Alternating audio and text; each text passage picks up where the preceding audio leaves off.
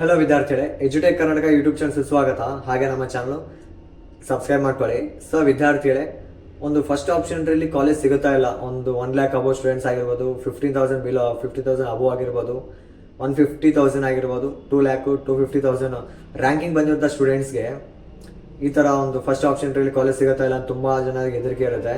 So ನಾನು detail ಆಗಿ ಹೇಳ್ತೇನೆ ವಿದ್ಯಾರ್ಥಿಗಳೇ. ಸೊ ಲಾಸ್ಟ್ ಸ್ಕಿಪ್ ಮಾಡಿ ನೋಡಿ, ನಿಮಗೆ ಫುಲ್ ಬೇಸಿಕ್ ಐಡಿಯಾ ಬಂದ್ಬಿಡುತ್ತೆ. ಸೊ ವಿದ್ಯಾರ್ಥಿ, ಫಸ್ಟ್ ಆಪ್ಷನ್ ಬಗ್ಗೆ ಡೀಟೇಲ್ ಆಗಿ ಕ್ಲೀನಾಗಿ ಹೇಳ್ತೀನಿ, ಯಾಕಂದ್ರೆ ಫಸ್ಟ್ ಆಪ್ಷನ್ ಇಂಪಾರ್ಟೆಂಟ್ ಆಗಿರುತ್ತೆ. ಸೊ ಹಾಗಾಗಿ ತುಂಬ ಜನಕ್ಕೆ ಎಕ್ಸ್ಪೆಕ್ಟೇಷನ್ ಇರುತ್ತೆ, ಫಸ್ಟ್ ಆಪ್ಷನ್ರಲ್ಲಿ ಕಾಲೇಜ್ ಸಿಕ್ಕಿಲ್ಲ ಅಂದರೆ ಏನು ಮಾಡೋದು.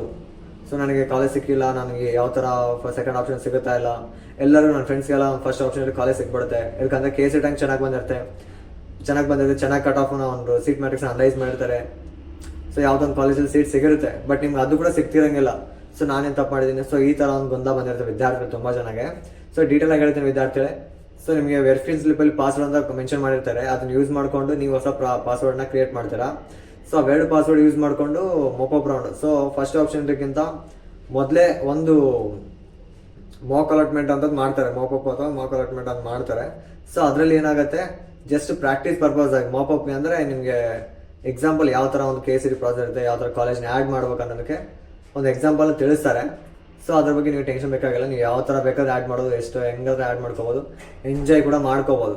ಬಟ್ ಏನಪ್ಪ ಅಂದ್ರೆ ಕರೆಕ್ಟಾಗಿ ಆ್ಯಡ್ ಮಾಡಿದ್ರೆ ನಿಮ್ಗೆ ಫಸ್ಟ್ ಮಾಪಪ್ ರೌಂಡಲ್ಲಿ ಗೊತ್ತಾಗ್ಬಿಡುತ್ತೆ, ನನ್ನ ಕಾಲೇಜ್ ಸಿಗುತ್ತಾ ಇಲ್ಲ, ನಾನು ಆ್ಯಡ್ ಮಾಡೋದು ಕರೆಕ್ಟ್ ಇದೇನೇ ಇಲ್ಲ, ಯಾವ ಕಾಲೇಜ್ ಆ್ಯಡ್ ಮಾಡಿದ್ರೆ ನನಗೆ ಸಿಗುತ್ತೆ ಅನ್ನೋದು ಮಾಪಪ್ ರೌಂಡಲ್ಲಿ ಗೊತ್ತಾಗ್ಬಿಡುತ್ತೆ. ಸೊ ಹಾಗಾಗಿ ವಿದ್ಯಾರ್ಥಿಗಳು KCET ಒಂದು ಸೀಟ್ ಮ್ಯಾಟ್ರಿಕ್ಸ್ ಬಿಟ್ಟಿದ ಮೇಲೆ ಕಟ್ ಆಫ್ ರ್ಯಾಂಕ್ ಅಂತ ಬಿಡ್ತಾರಲ್ಲ ಕಾಲೇಜಿಂದ, ಅದು ಬಿಟ್ಟಿದ ತಕ್ಷಣ ನಿಮ್ಮ ಸ್ಟೂಡೆಂಟ್ ರ್ಯಾಂಕ್ ಎಷ್ಟಿದೆ, ಒಂದು ಕಾಲೇಜ್ ರ್ಯಾಂಕ್ ಎಷ್ಟಿದೆ ಅಂತ ಕರೆಕ್ಟಾಗಿ ಅನಲೈಸ್ ಮಾಡ್ಬೇಕಾಗುತ್ತೆ. ಅನಲೈಸ್ ಮಾಡೋಕೆ ಗೊತ್ತಾಗ್ಬಿಡುತ್ತೆ ಇದು ಕರೆಕ್ಟಾಗಿ ಇಷ್ಟೇ ಬರುತ್ತೆ ಅಂತ. ಕರೆಕ್ಟಾಗಿ ಸ್ಟಾರ್ಟ್ ಮಾಡೋದು ಇಷ್ಟು ಬಂದೇ ಬರುತ್ತೆ ನಮಗೆ. ಸೊ ಒಂದು ಸ್ಟೂಡೆಂಟ್ ರ್ಯಾಂಕ್ಗೆ ಒಂದು ಕಾಲೇಜ್ ಕಟ್ ಆಫ್ಗೆ ಯಾವ ಥರ ಒಂದು ಡಿಫ್ರೆನ್ಸ್ ಇರಬೇಕಂದ್ರೆ, ಸ್ಟೂಡೆಂಟ್ ರ್ಯಾಂಕ್ ಎಕ್ಸಾಂಪಲ್ 1,20,000 ಇದೆ ಅಂತಂದರೆ ಕಾಲೇಜ್ ಕಟ್ ಆಫ್ ಯಾವ ಥರ 1,10,000, ಸೊ 1 lakh ಈ ಥರ ಡಿಫ್ರೆನ್ಸ್ ಇರಬೇಕು. ಸೊ ಬೇಕಂದ್ರೆ ನೀವು ಆ್ಯಡ್ ಮಾಡ್ಕೋಬೋದು. ಯಾವಾಗ ಅಂದರೆ ನಿಮ್ಗೆ ಎಷ್ಟು ಕಾಲೇಜ್ ಬೇಕಾದ್ರೆ ಆ್ಯಡ್ ಮಾಡ್ಕೋಬೋದಕ್ಕೆ ಸಮಸ್ಯೆನೇ ಇಲ್ಲ. ಸೊ ನಿಮ್ಗೆ ಯಾವ ಇಂಟ್ರೆಸ್ಟ್ ಕಾಲೇಜ್ ಇದೆ ಎಲ್ಲ ಕಾಲೇಜಿನ ಟಾಪಲ್ಲಿ ಕೊಡಿ. ಇಂಟ್ರೆಸ್ಟ್ ಇಲ್ಲ, ಯಾವುದೊಂದು ಕಾಲೇಜ್ ಇರಲಿ ಅಪ್ಪ, ಯಾವುದೊಂದು ಕಾಲೇಜ್ ಸಿಗಲಿ, 1 year ವೇಸ್ಟ್ ಆಗೋದು ಬೇಡ ಅಂದಿದ್ದೆಲ್ಲ ಬಾಟಮಲ್ಲಿ ಕೊಡ್ಕೊತಾ ಬನ್ನಿ. ಇಂಟ್ರೆಸ್ಟ್ ಇದ್ದರೆ ಟಾಪಿಂದ ಬ್ಯಾಡ್ ಅಂದಿದ್ದ ಕಾಲೇಜೆಲ್ಲ ಡಿಕ್ರೀಸಿಂಗ್ ಆರ್ಡರಲ್ಲಿ ಕೊಡ್ಕೊತಾ ಬನ್ನಿ. ಸೊ ಈ ಥರ ಒಂದು ಕೊಟ್ಟಿದ ಮೇಲೆ ಕರೆಕ್ಟಾಗಿ ಅನಲೈಸ್ ಮಾಡಿ ಕೊಟ್ಟಿದ ಮೇಲೆ ನಿಮ್ಗೆ ಯಾವುದಾದ್ರೂ ಒಂದು ಕಾಲೇಜ್ ಮಾಪನ ಸಿಕ್ತು ಅಂದರೆ ವಿದ್ಯಾರ್ಥಿಗಳಿಗೆ ನೀವು ಯಾವುದೇ ಥರ ಚೇಂಜಸ್ ಮಾಡಿಲ್ಲ ಅಂತಂದರೆ ಆ್ಯಸ್ ಇಟ್ ಈಸ್ ನಿಮಗೆ ಫಸ್ಟ್ ಆಪ್ಷನಲ್ಲಿ ಅದೇ ಕಾಲೇಜ್ ಸಿಗುತ್ತೆ. ಇಂಟ್ರೆಸ್ಟ್ ಇದೆ, ನೀವು ಹೋಗ್ತೀನಿ, ಚೇಂಜಸ್ ಮಾಡೋದು ಬೇಕಲ್ಲ, ಅದೇ ಕಾಲೇಜ್ ಓಕೆ ಅಂತಂದರೆ ಓಕೆನಾ. ಸೊ ಇಲ್ಲ ನನಗೆ ಆ ಕಾಲೇಜ್ ಇಂಟ್ರೆಸ್ಟ್ ಇಲ್ಲ, ಬೇಡ ಅಂತಂದರೆ ನೀವು ಚೇಂಜಸ್ ಮಾಡ್ಕೋಬೋದು. ಆಗ ಸಿಕ್ಕಿರೋಂಥ ಕಾಲೇಜ್ ತೊಗೊಂಡು ಬಾಟಮಲ್ಲಿ ಹಾಕ್ಬೋದು. ಆಮೇಲೆ ನಿಮ್ಗೆ ಇಂಟ್ರೆಸ್ಟ್ ಇರೋಂಥ ಕಾಲೇಜ್ ಅದೇ ಪ್ಲೇಸಲ್ಲಿ ಇನ್ನೊಂದು ಕಾಲೇಜ್ ಹಾಕ್ಬಿಡೋದು. ಚೆನ್ನಾಗಿರೋಂಥ ಕಾಲೇಜ್, ಈ ಕಾಲೇಜ್ ಅದೇ ಪ್ಲೇಸಲ್ಲಿ ಸಿಕ್ಕರೆ ಆ ಕಾಲೇಜ್ಗೆ ಹೋಗ್ತೀನಿ ಅನ್ನೋದು. ಓಕೆನಾ. ಸೊ ಇಷ್ಟೊಂದು ಅಂಡರ್ಸ್ಟ್ಯಾಂಡ್ ಆಗಿದೆ ಅನ್ಸುತ್ತೆ. ಸೊ ಕಾಲೇಜ್ ಒಂದು ಸೀಟ್ ಸಿಕ್ಕರೆ ಓಕೆ, ಫಸ್ಟ್ ಆಪ್ಷನ್ರಲ್ಲಿ ಒಂದು ಚಲನ್ ಕಟ್ತೀರಾ, ಅಡ್ಮಿಷನ್ ಮಾಡ್ಕೊಂಡ್ಬಿಡ್ತೀರಾ. ಫಸ್ಟ್ ಆಪ್ಷನ್ರಲ್ಲಿ ಮುಗೀತು, ಅಸಲು ಕಾಲೇಜೇ ಸಿಕ್ಕಿಲ್ಲ ನನಗೆ. ಓಕೆನಾ. ಫಸ್ಟ್ ಆಪ್ಷನ್ರಲ್ಲಿ ಯಾವುದೇ ಥರ ಕಾಲೇಜೇ ಸಿಕ್ಕಿಲ್ಲ, ಏನೋ ಒಂದು ಮಾಪಪ್ ರೌಂಡಲ್ಲಿ ಅಥವಾ ಮೋಕ್ ಅಲಾಟ್ಮೆಂಟಲ್ಲಿ ಏನೋ ಕಾಲೇಜ್ನ ಆ್ಯಡ್ ಮಾಡಿದೆ, ಏನಾಗಿದೆ ಅಂತ ಗೊತ್ತಾಗಲಿಲ್ಲ, ಕಾಲೇಜೇ ಸಿಕ್ಕಿಲ್ಲ ಫಸ್ಟ್ ಆಪ್ಷನ್ರಲ್ಲಿ, ಏನು ಮಾಡೋದು.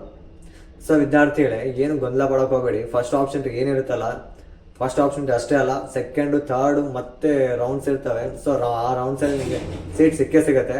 ಆಲ್ಮೋಸ್ಟ್ ವಿದ್ಯಾರ್ಥಿಗಳೇ ಈ 1 lakh ಅಬೋ ಏನಿದಿರಲ್ಲ, 1 lakh ಅಬೋ, 150 ಅಬೋ, 2 lakh ಅಂತೂ ತುಂಬ ಲಾಂಗ್ ಆಯಿತು. ಸೊ ಈ ವಿದ್ಯಾರ್ಥಿಗಳಿಗೆ ತುಂಬ ಕಷ್ಟ ಆಗುತ್ತೆ. ಫಸ್ಟ್ ಆಪ್ಷನ್ರಲ್ಲಿ ಆಲ್ಮೋಸ್ಟ್ ಕಾಲೇಜ್ ಸಿಗಂಗಿಲ್ಲ. ಅದರಲ್ಲಿ ಕೂಡ ಇವ್ರಿಗೆ ಸೀಟ್ ಮ್ಯಾಟ್ರಿಕ್ಸ್ ಅನಲೈಸ್ ಮಾಡಿದ್ರೆ ಏನೋ ಸಿಗ್ಬೋದು, ಇಲ್ಲಾಂದ್ರೆ ತುಂಬ ಕಷ್ಟ ಆಗುತ್ತೆ ಫಸ್ಟ್ ಆಪ್ಷನ್ರಲ್ಲಿ ಎಲ್ಲರಿಗೂ ಕಾಲೇಜ್ ಸಿಗಬೇಕಂದ್ರೆ. ಸೊ ಹಾಗಾಗಿ ನೀವು ಸೀಟ್ ರ್ಯಾಂಕಲ್ಲಿ ಚೆನ್ನಾಗಿ ಮಾಡ್ಕೋಬೇಕಿತ್ತು. ಬಟ್ 1 lakh to 150 ಏನಿದಿರಲ್ಲ, ಸೊ ಸಿಗ್ಬೋದು ನಿಮ್ಗೆ ವಿದ್ಯಾರ್ಥಿಗಳ ಒಂದು ನಾರ್ಮಲ್ ಕಾಲೇಜಲ್ಲಿ ಸಿಗ್ಬೋದು. ಬಟ್ 150 ಅಬೋ ಏನಿದಿರಲ್ಲ, ಇಂಥ ವಿದ್ಯಾರ್ಥಿಗಳು ಮಾತ್ರ ಕಷ್ಟ ಆಗುತ್ತೆ, ಸೀಟ್ ಸಿಗೋದೇ ಕಷ್ಟ ಆಗುತ್ತೆ ಫಸ್ಟ್ ಆಪ್ಷನ್ರಲ್ಲಿ. ಸೊ ವಿದ್ಯಾರ್ಥಿಗಳೇ, ಇಂಥ ವಿದ್ಯಾರ್ಥಿಗಳಿಗೆ ಸೊಲ್ಯೂಷನ್ ಏನು ಕೊಡ್ಬೋದು ಅಂದರೆ, ಫಸ್ಟ್ ಆಪ್ಷನ್ರಲ್ಲಿ ಕಾಲೇಜ್ ಸಿಗಂಗಿಲ್ಲ ಅಂತಂದರೆ ಯಾವ ಕಾಲೇಜಲ್ಲಿ ಸಿಗ್ಬೋದು ಅದನ್ನು ಫಸ್ಟ್ ಅನಲೈಸ್ ಮಾಡ್ಕೊಳ್ಳಿ. ಸಿಗ್ಬೋದು ಅನ್ನೋದನ್ನ ಕೆಳಗಡೆ ಕೊಡಿ, ಮಿಡಿಲಿಂದ ಸ್ಟಾರ್ಟ್ ಮಾಡಿ. ಟಾಪಲ್ಲಿ ಮಾತ್ರ ನಿಮ್ಗೆ ಇಂಟ್ರೆಸ್ಟ್ ಕಾಲೇಜ್ ಇರೋದಲ್ಲ, ಎಲ್ಲ ಕಾಲೇಜ್ನ ಆ್ಯಡ್ ಮಾಡ್ಕೊಂಬಿಡಿ.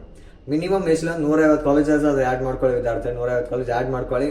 ಎಲ್ಲಿ ಸಿಕ್ಕಿರೋದು ಹೋಗಂಗಿರ್ಬೇಕು ಆ ಕಾಲೇಜಸ್ಸು. ಮತ್ತು ಏನೋ ಹಾಸ್ಟೆಲ್ ವ್ಯವಸ್ಥೆ ಏನೇನಿದೆಲ್ಲ ಚೆಕ್ ಮಾಡ್ಕೊಂಬಿಡಿ. ಚೆಕ್ ಮಾಡ್ಕೊಂಡು ಮಿನಿಮಮ್ ನಿಮಗೆ ಎಷ್ಟು ಕಾಲೇಜ್ ಬೇಕಾದ್ರೆ ಅಷ್ಟು ಕಾಲೇಜ್ ಆ್ಯಡ್ ಮಾಡ್ಕೊಬಿಡಿ. ಮಿನಿಮಮ್ 150 200 ಕಾಲೇಜಸ್ ಬೇಕಾದ್ರೆ ಆ್ಯಡ್ ಮಾಡ್ಕೊಳ್ಳಿ. 250 ಬ್ರಾಂಚಸ್ ಕೂಡ ಆ್ಯಡ್ ಮಾಡ್ಕೊಂಬಿಡಿ, ಲಿಮಿಟ್ ಇಲ್ಲ. ಓಕೆನಾ.